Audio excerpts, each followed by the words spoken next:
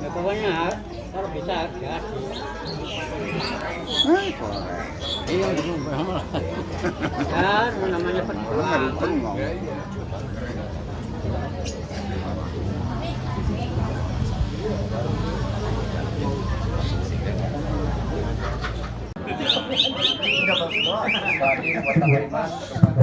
Kepada ibu sekalian, izin memperkenalkan diri.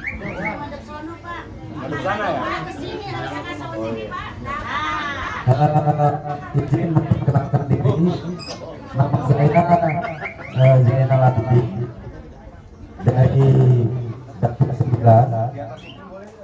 Kemudian selain itu saya bagian daripada sekretaris Partai Buruh Provinsi DKI Jakarta. Nah, terima kasih sekali lagi atas penyambutan Bapak dan Ibu.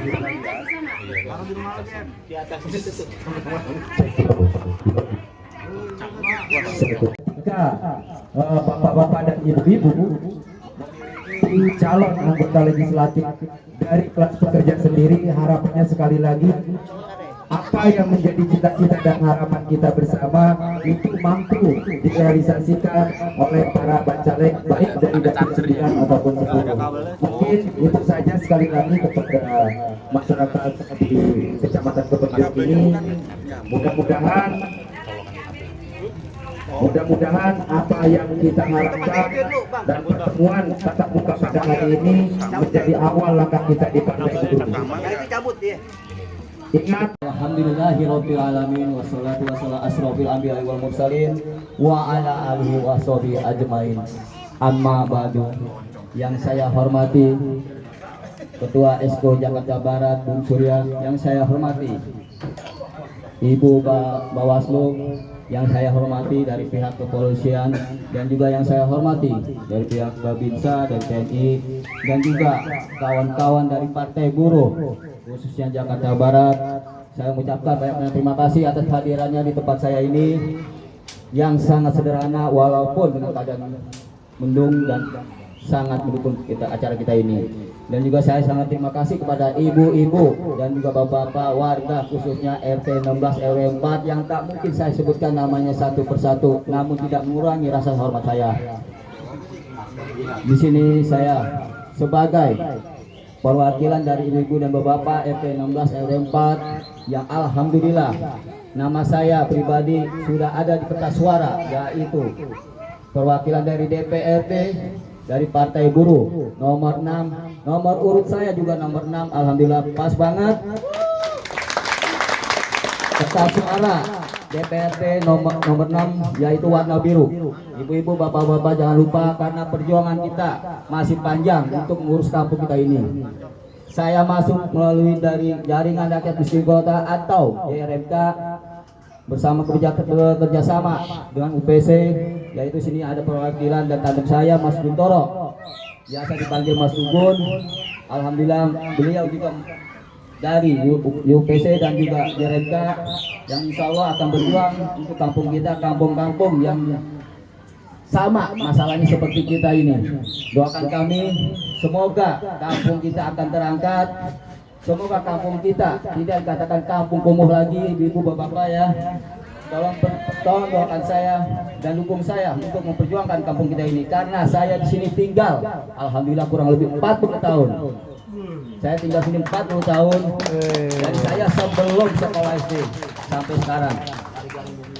Kenapa saya nggak mau tinggal tempat lain? Saya punya rumah di Bogor, Silu, karena saya masih betah di sini. Saya punya orang tua sini, maupun orang tua dari keluarga istri saya. Saya kecil di sini, saya lahir di Manggisan. Karena saya sudah serak dan nyaman tinggal sini. Sama seperti bapak-bapak dan ibu-ibu, mungkin sudah serak di sini dan nyaman. Beda, nyaman beda ya. Kalau orang Betawi bilang serak, itu beda sama sekali. Makanya mari kita berjuang bersama-sama untuk kampung kita. Saya sedang mengurus semua itu. Saya juga minta tolong kerjasamanya dari bapak-bapak dan ibu-ibu. Apabila doakan saya, apabila saya masuk menjadi anggota dewan, itu akan lebih mempermudah jalan kita untuk kampung kita. Amin.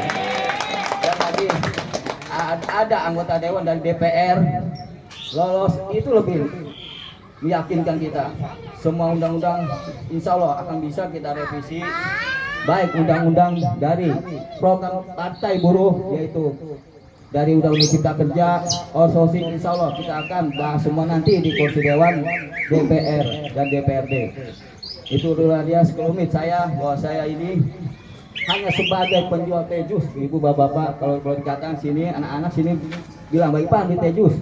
Ya walaupun teh jus 1.000 perak ya kita jalani, itu rezeki nggak kemana. Saya ini enggak dari mana-mana, saya sama seperti bapak-bapak dan ibu-ibu, rakyat biasa. Karena keinginan saya dan motivasi saya besar, memperjuangkan kampung. Saya enggak minta macam-macam dari ibu bapak-bapak. Itu saja sekelumit dari saya. Mungkin nanti akan ditambahin dari teman saya, Mas Bintoro. Wabillahi taufiq wal hidayah. Wassalamualaikum warahmatullahi wabarakatuh.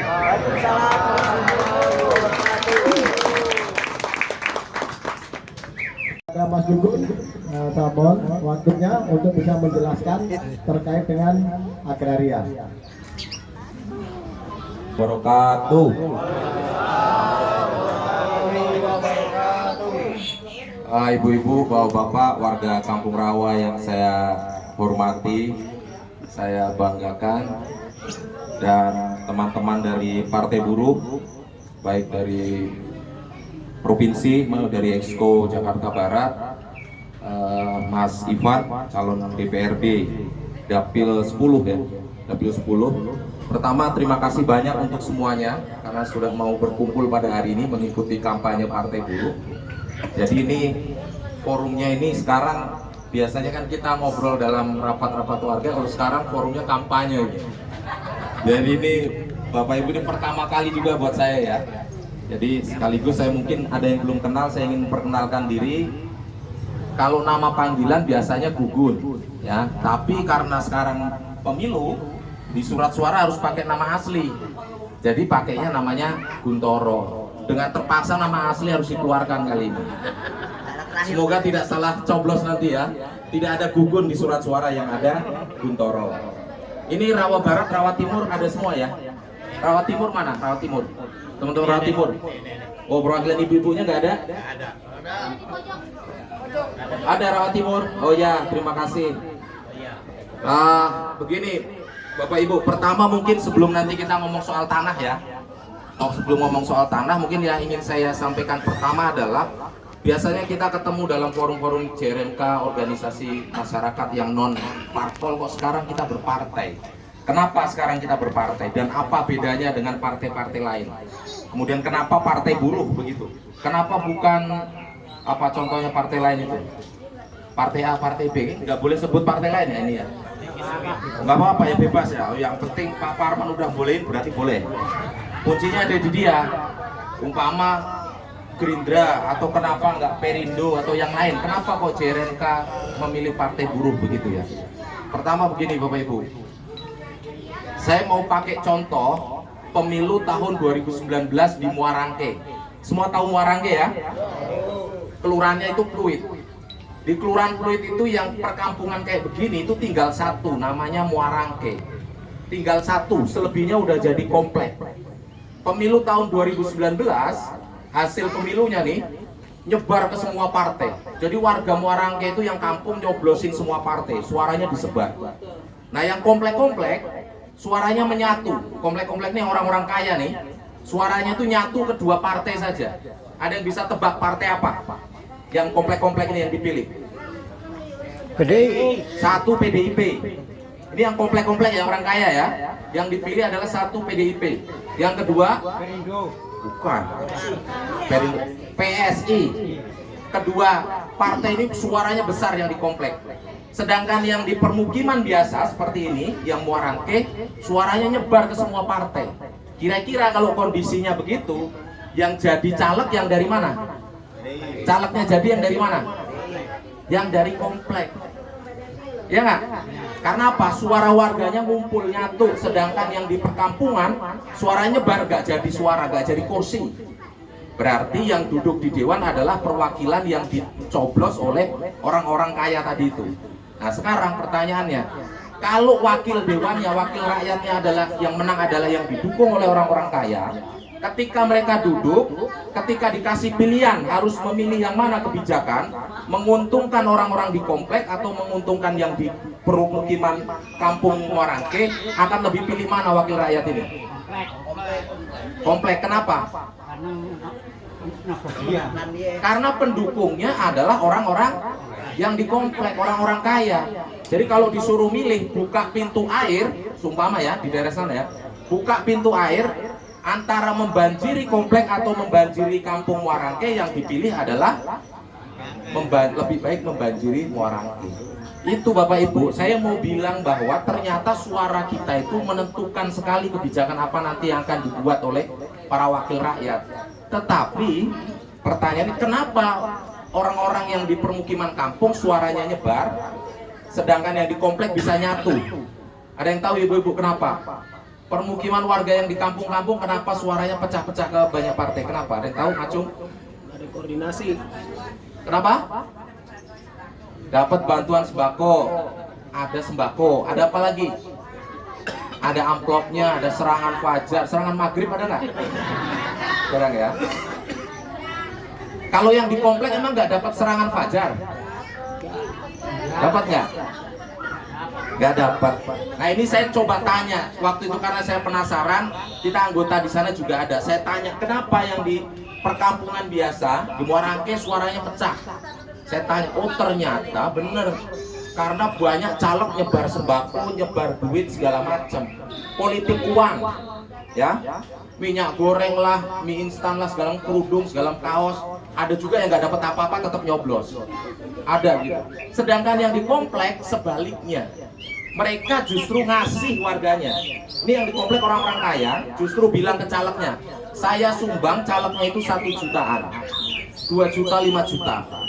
Kenapa kok dia nyumbang? Sumbangan saya ini tolong dibagikan ke orang-orang miskin supaya ikut nyoblos kamu, supaya kamu menang. Beda kan ya?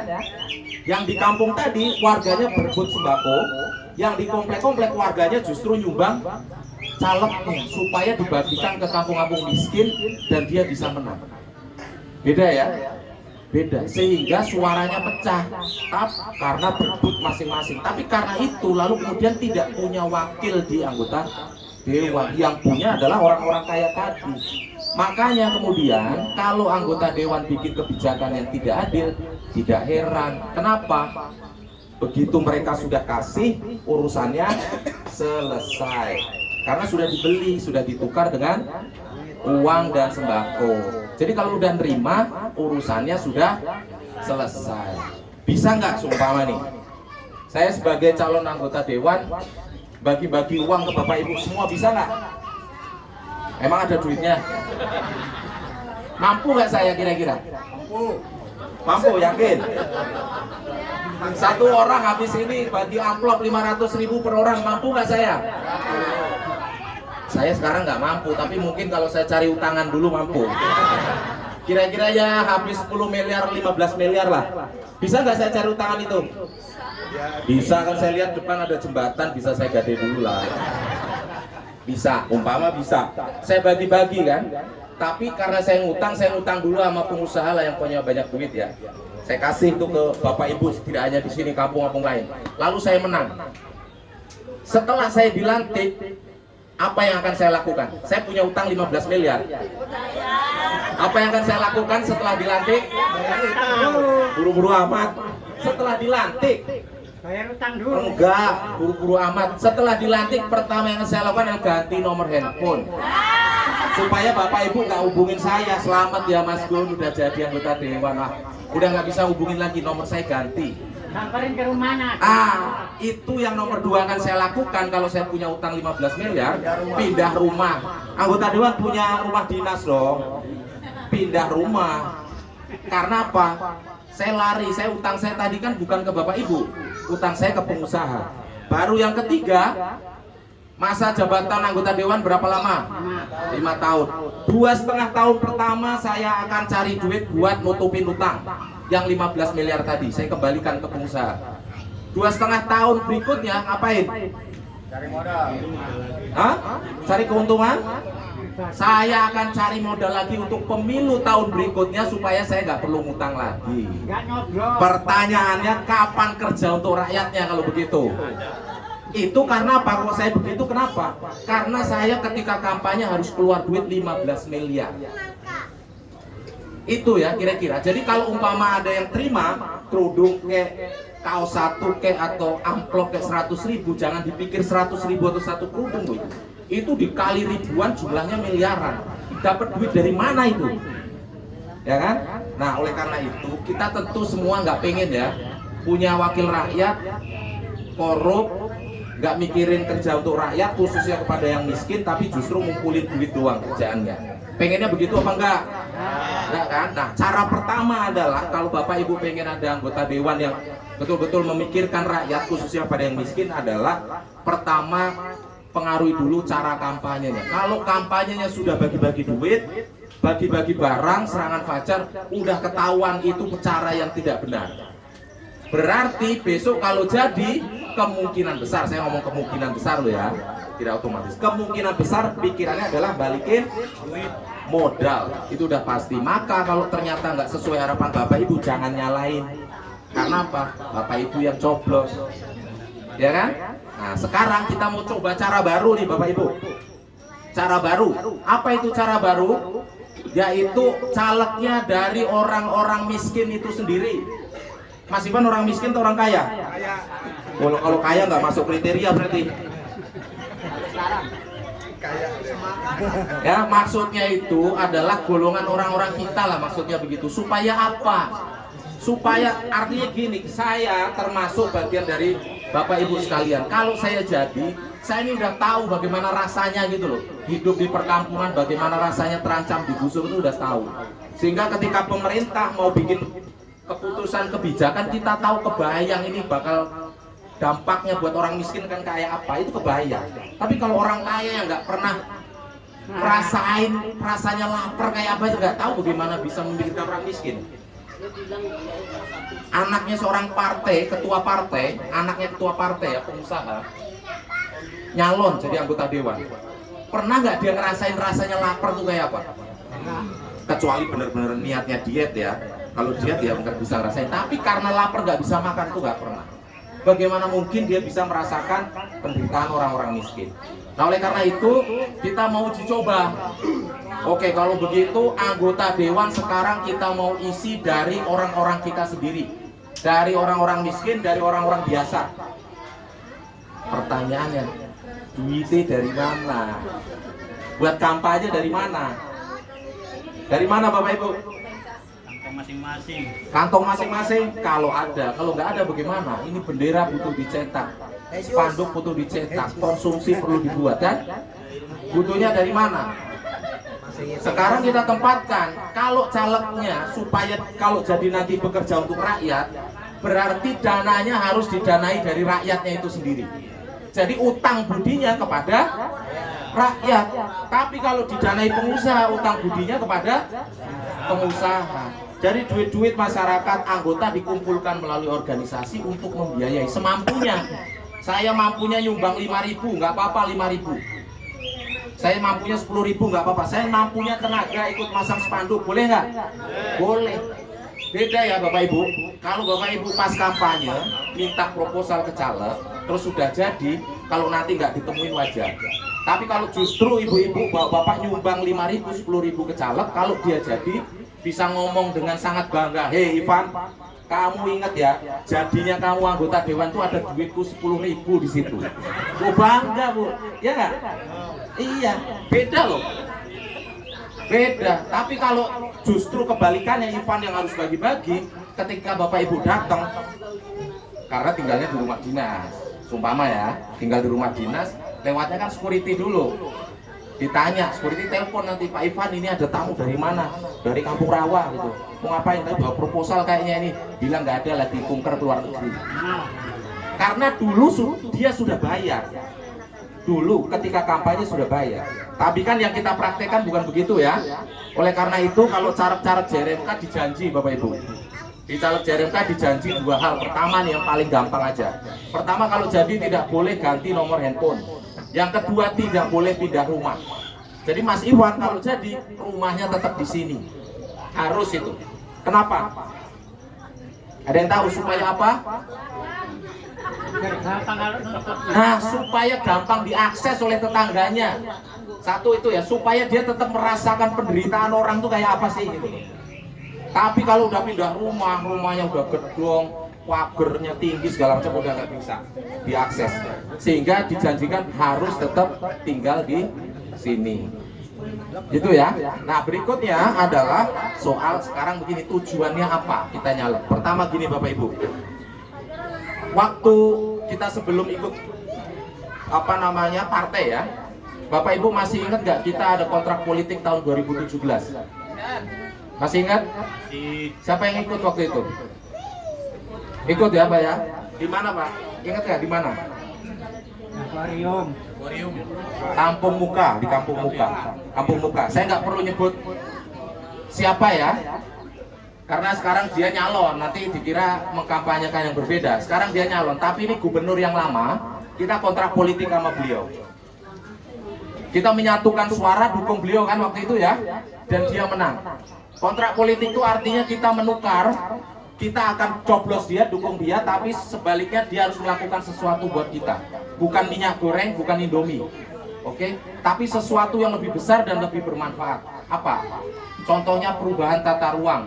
Ibu bapak yang di Rawa Barat Timur pada terima IMB nggak? Terima? Terima semua nggak? Terima ya, terima yang di sini. Zaman dulu itu IMB yang kita dapat itu pertama dan satu-satunya di Indonesia. IMB pada umumnya kalau mau ngurus IMB itu harus punya sertifikat lebih dahulu. Sedangkan tanah di sini saya tahu diklaim oleh Dirjen Pajak, sudah ada sertifikat hak pakai. Tapi melalui kontrak politik itu gubernur berani keluarkan IMB untuk kita. Tidak hanya Kampung Rawa, kampung-kampung lain juga yang ikut kontrak politik waktu itu. Termasuk perubahan tata ruang. Bapak Ibu tahu sebelumnya tata ruang warna apa di sini? Hijau. Artinya apa ya kalau hijau itu? Pohon, benar, untuk taman, area terbuka, tidak boleh ada bangunan. Tapi sekarang tahu nggak perubahannya? Sekarang jadi apa? Sudah jadi kuning, artinya boleh untuk hunian, boleh untuk permukiman. Artinya Bapak Ibu sekarang bangunannya sudah resmi dengan adanya IMB. Tata ruangnya sudah resmi dengan adanya kuning, warna kuning sebagai hunian. Sehingga tidak ada orang yang bisa bilang lagi bahwa Kampung Rawa itu hunian liar atau ilegal. Tidak ada yang bisa bilang itu lagi. Kalau mau tepuk tangan boleh. Mau perjuangan dulu nggak tepuk tangan. Itu hasil perjuangan Bapak Ibu sekalian, tetapi dipadukan dengan strategi politik. Jadi dalam hal ini politik itu sebagai alat, bukan tujuan. Bisa dipahami ya? Politik sebagai alat, sehingga dengan kita masuk momentum politik pilkada waktu itu kita bisa mencapai perubahan tata ruang, IMB kita dapatkan. Nah sekarang mau ada pemilu legislatif. Kalau gubernur kita bisa lakukan dan dapat manfaat banyak, kita belum pernah coba yang legislatif nih. Pikirannya begini kira-kira, kalau dengan gubernur saja kita bisa dapat banyak, bagaimana kalau dua-duanya, DPRD-nya kita juga punya, DPR-nya juga punya. Siapa tahu hasilnya menjadi lebih banyak. Satu hal yang paling besar yang belum kita selesaikan yaitu urusan tanah. Nih Pak, saya lanjut gak apa-apa ya? Mohon maaf kalau kepanjangan. Ini soal tanah nih. Nah ini saya mau sampaikan kabar gembira, saya nggak tahu informasinya udah nyampe ke Bapak Ibu atau belum, bahwa telah terbit namanya Peraturan Presiden Nomor 62 Tahun 2023 tentang percepatan reforma agraria. Apa itu percepatan? Sudah ada yang tahu? Belum ya? Belum semua ya? Nah itu saya sebut sekali lagi, Perpres Nomor 62 Tahun 2023. Intinya kira-kira begini Bapak Ibu. Kalau sebelumnya reforma agraria itu membagikan tanah kepada masyarakat, ya intinya itu ya.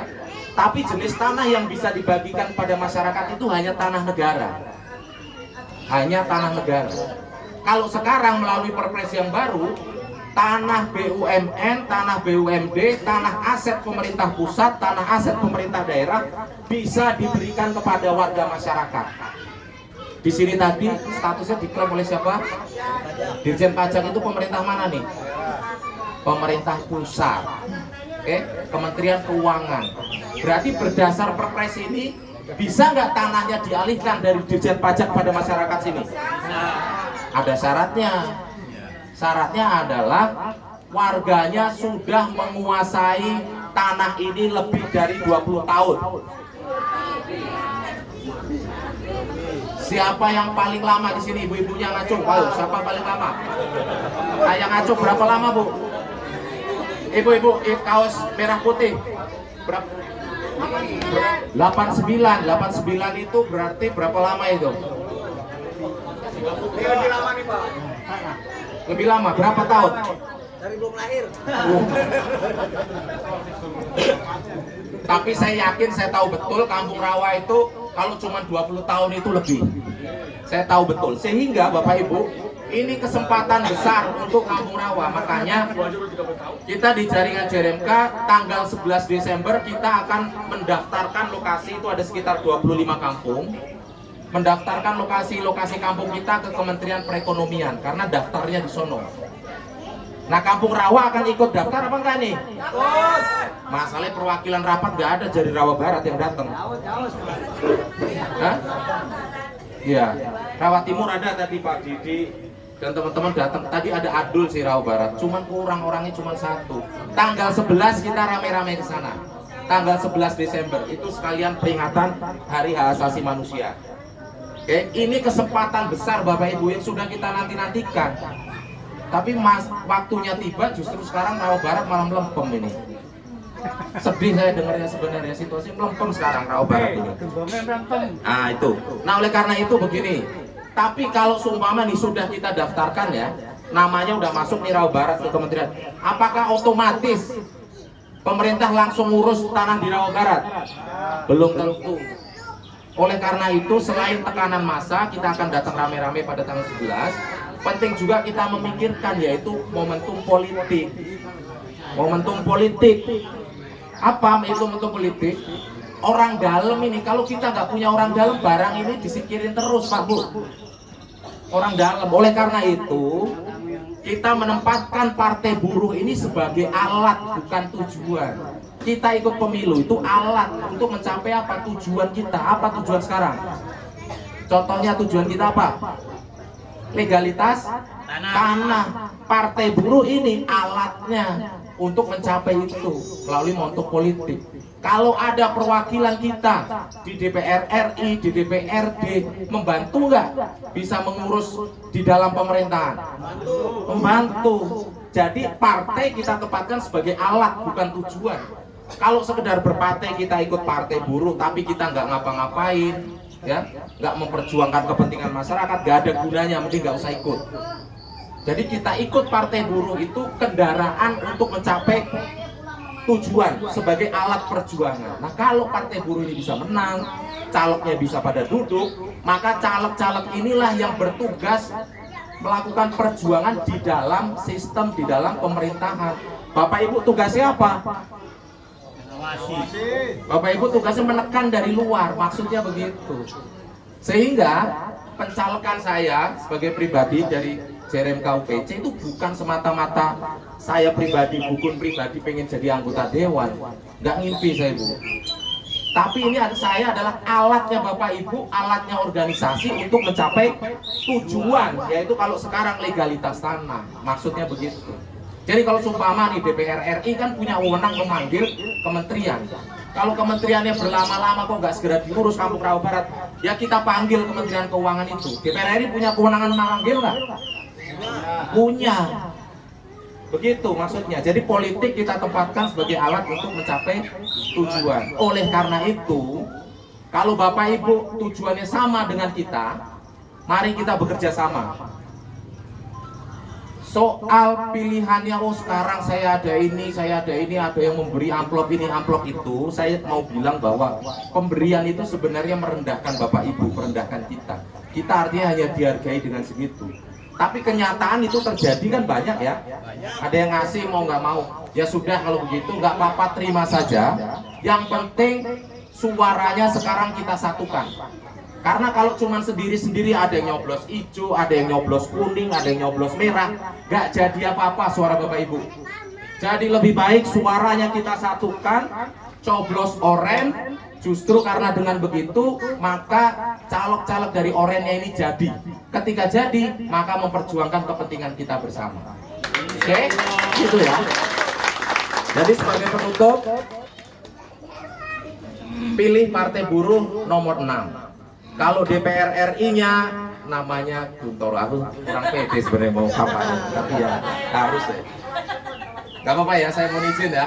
Nah, nomor urutnya 2. Jadi kalau nanti dibuka, cari Partai Buruh dulu nomor 6, baru lihat nomor 2, namanya Guntoro.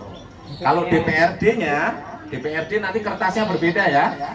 Mas Ivan Fauzi, lihat partainya nomor 6, lalu lihat nomor urutnya nomor 6, Ivan Fauzi. Nanti nggak akan ada foto, hanya nama dan nomor. Jadi tidak ada foto. Ingat-ingat ya, tidak ada foto. Yang penting cari dulu atasnya gambar warna oranye, gambarnya tulisannya Partai Buruh. Setelah itu lihat nomornya, saya nomor 2 untuk kertas DPR RI. Untuk DPRD Mas Ivan nomor 6, kertas yang berbeda. Begitu ya.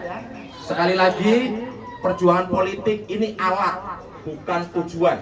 Alat untuk mencapai tujuan kita bersama. Kalau Bapak Ibu setuju, kita berjuang bersama-sama, ini nambah medan juang.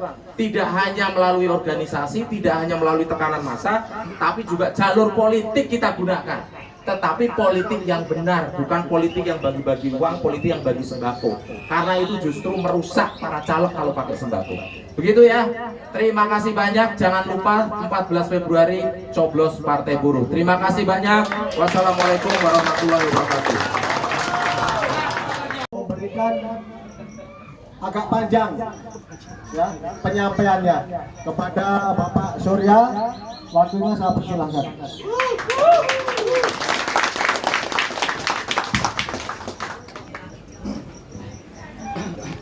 Bismillahirrahmanirrahim. Assalamualaikum warahmatullahi wabarakatuh. Assalamualaikum warahmatullahi wabarakatuh. Tes dulu ya, ya. Partai Buruh.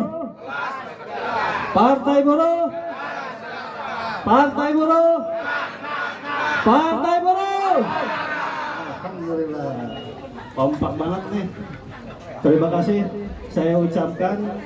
Sebelumnya saya ingin memperkenalkan diri kepada Bapak Ibu masyarakat Rawa Barat, Kecamatan Kebonjeruk. Nama saya Surya. Alhamdulillah saya didaulat sebagai salah satu pengurus di Esko Jakarta Barat. Dan di sini juga banyak teman-teman dari Esko Jakarta Barat. Ada dari pimpinan provinsi, Bang Salman, dia juga nyalek di Dapil 9. Pertama-tama saya ucapkan terima kasih kepada Bapak Ibu semuanya, para muspika Kecamatan Kebonjeruk, dari camat sampai lurah Pak RT-nya. Mohon maaf pada saat ini kami Esko Jakarta Barat untuk pertama kalinya melakukan kampanye, dalam artian memperkenalkan Partai Buruh kepada masyarakat luas, sekaligus memperkenalkan caleg-caleg yang ada di Jakarta Barat. Dan salah satunya adalah Bang Ipan ini calon dari anggota Dewan Perwakilan Daerah DKI Jakarta, unsurnya dari masyarakat Rawa Barat. Jadi mohon doa dan dukungan pada Bapak Ibu semuanya, terutama di Dapil 10. Di sini juga ada beberapa dari Partai Buruh, calegnya ada satu lagi yang pakai kopiah, satu Bang Hakim, beliau baru datang. Jadi Dapil 10 ini ada 12 caleg Bapak Ibu. Untuk Dapil 10 ya, meliputi Taman Sari, Grogol Petamburan, Kembangan, Kebonjeruk, sama Palmerah. Ada 5 kecamatan untuk Dapil 10 ini. Dan alhamdulillah di Rawa Barat ini kita ada keterwakilan nih Bang Ipan maju sebagai caleg di Dapil 10.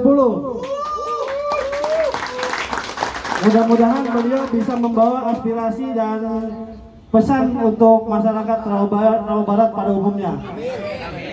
Dan apa yang menjadi tujuan masyarakat Rawa Barat bisa difasilitasi oleh kedua orang ini nih, ada dari DPR RI-nya, Bang Guntoro ya, yang biasa dipanggil Mas Gugun.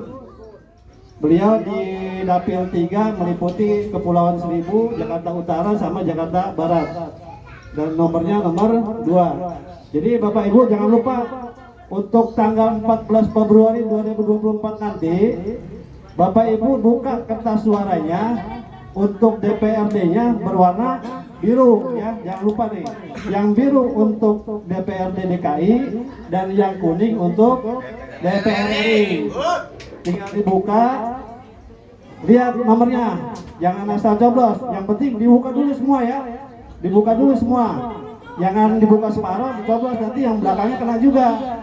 Jadi lihat nomor 6 warna oranye Partai Buruh, dan lihat di bawahnya ada nama caleg-calegnya. Dan caleg untuk DPR RI sendiri jangan lupa nih, di sini ada sesepuh kita juga nih, Bang Guntoro, yang mungkin Bapak Ibu juga udah pada kenal ya. Jadi itu saja mungkin dari saya sebagai perkenalan dan mengingatkan kembali kepada masyarakat Rawa Barat pada khususnya di wilayah kita ada seseorang yang memang ingin memperjuangkan aspirasi dan hak-hak Rawa Barat sendiri, yaitu Bang Ipan Fauji sebagai calon anggota legislatif dari DPRD DKI Jakarta, dan Mas Guntoro sebagai caleg DPR RI di Dapil 3 DKI Jakarta. Billahi taufiq wal hidayah. Wassalamualaikum warahmatullahi wabarakatuh.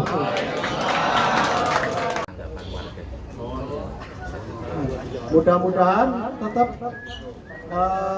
semangat ya untuk senantiasa berjuang bersama-sama dengan calon DPR RI dan calon legislatif DPRD Kota Jakarta Barat. Seperti yang sudah disampaikan oleh Mas Guntoro dan Bang Ipan Fauji, mudah-mudahan beliau ini senantiasa amanah untuk mengemban aspirasi dari masyarakat Rawa Barat khususnya. Nah, kemudian untuk acara penutupnya dibuka untuk tanggapan dari bapak-bapak dan ibu-ibu. Mungkin dari ibu satu, dari bapak satu ya. Nah, perwakilan saja yang terkait dengan apa yang telah disampaikan oleh Mas Guntoro atau Bang Ipan Fauji. Coba dari sebelah sana lah. Tanggapannya atau sarannya ya, sarannya. Saran-saran. Iya, saran-saran. Apa bapak-bapaknya dulu? Bapak-bapaknya dulu. Silakan Bu.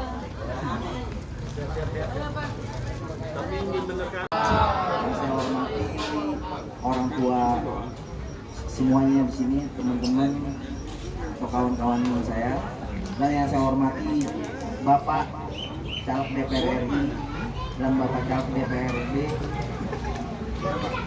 Alhamdulillah kita dapat berkumpul di sini dengan alam juga kayak mendukung yang tadinya gelap sekarang kan sedikit cerah. Mengenai Bapak Ipan dan Bapak Guntoro dan Bapak yang baju merah tadi ya, ya mudah-mudahan semuanya tercapai apa yang diinginkan kita semua dan apa yang dicita-citakan. Dan untuk Bapak Ipan khususnya yang mengenai janji tadi, semoga terlaksana dan amanah. Dan kadang-kadang tahu sendiri ya, karakter manusia kadang-kadang kan sekarang A besok bisa jadi B, sekarang B bisa B besok bisa jadi C. Tapi mudah-mudahan Bapak Ipan tidak seperti itu. Dan juga Bapak Ipan ini kan kawan saya juga ya, dalam kegiatan sehari-hari dan perojolan. ya Pak Ipan yang mudah-mudahan dengan berkumpulnya ini janji kita semua untuk yang lebih baik, untuk masyarakat yang lebih baik, memperjuangkan masyarakat pada umumnya. Jadi doanya Bapak Ipan, doanya kita semua. Dan mudah-mudahan bapak-bapak ibu-ibu semuanya mendukung ikhlas dengan Bapak Ipan, dengan majunya Bapak Ipan menjadi DPRD dari Partai Buruh. Jangan lupa nomor 6. Nomor urut berapa? Nomor urut 6. Dan selanjutnya kalau untuk Bapak DPR, calon Bapak DPR Pak Guntoro, yang mudah-mudahan juga terlaksana juga dan kedepannya. Dan untuk teman-teman ojol nih, teman-teman pemuda-pemuda di sini, yang mudah-mudahan juga dukung juga secara ikhlas. Untuk bapak-bapak ibu-ibu sini pasti udah paham. Untuk partai yang lain singkirin dulu deh, apalagi yang bicara rupiah dan sembako tuh banyak banget saya dengar tuh. Tadi yang Pak Guntoro bilang tuh 100% benar, nggak pakai 90-80%, 100% benar. Kalau bisa singkirin dulu, bukannya nggak boleh, benar tadi. Mental kita sampai diperjualbelikan dengan harga segitu. Kalau bisa jangan diperjualbelikan. Tapi kalau ambil ya boleh. Nah kalau milih, mumpung ada kesempatan sekarang ini dari rakyat pinggiran calonnya, ya kita pilih deh. Jangan sia-siakan sekali lagi. Ya sementara segitu dulu dari saya. Mungkin dari teman-teman ada lagi. Assalamualaikum warahmatullahi wabarakatuh.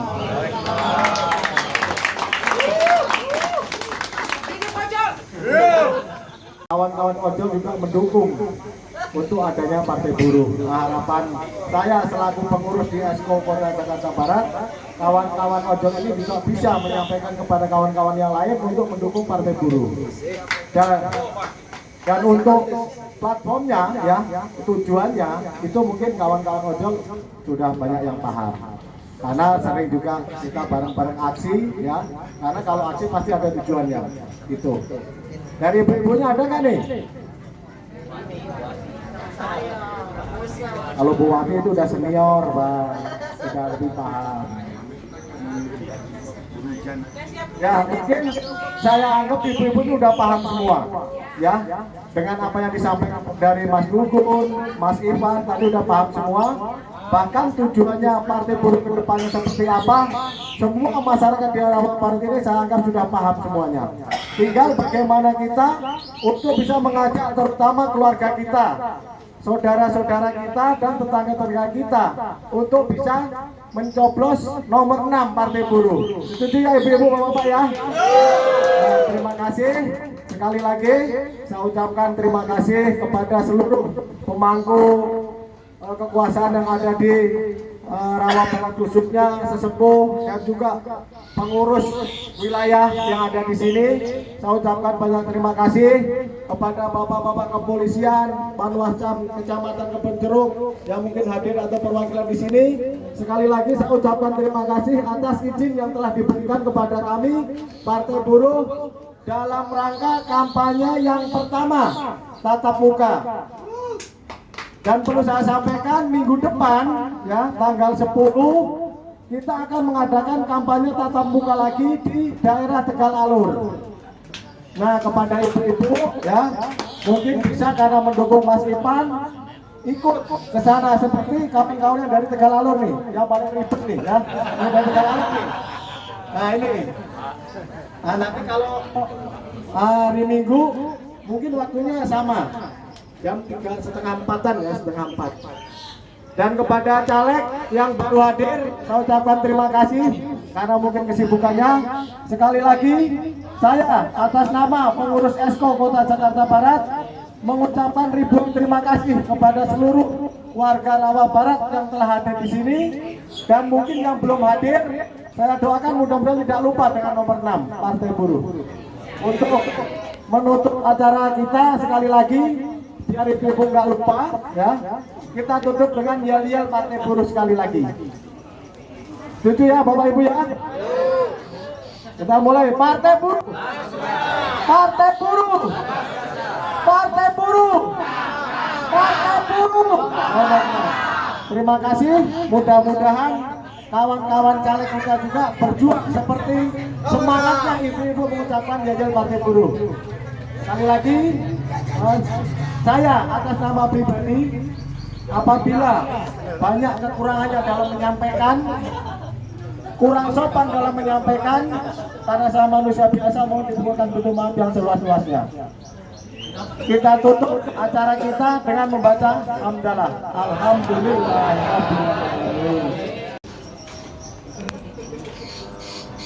Bismillahirrahmanirrahim.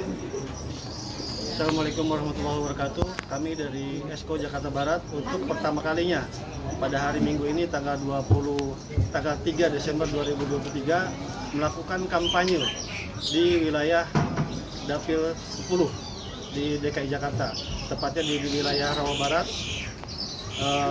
Kecamatan Kebonjeruk.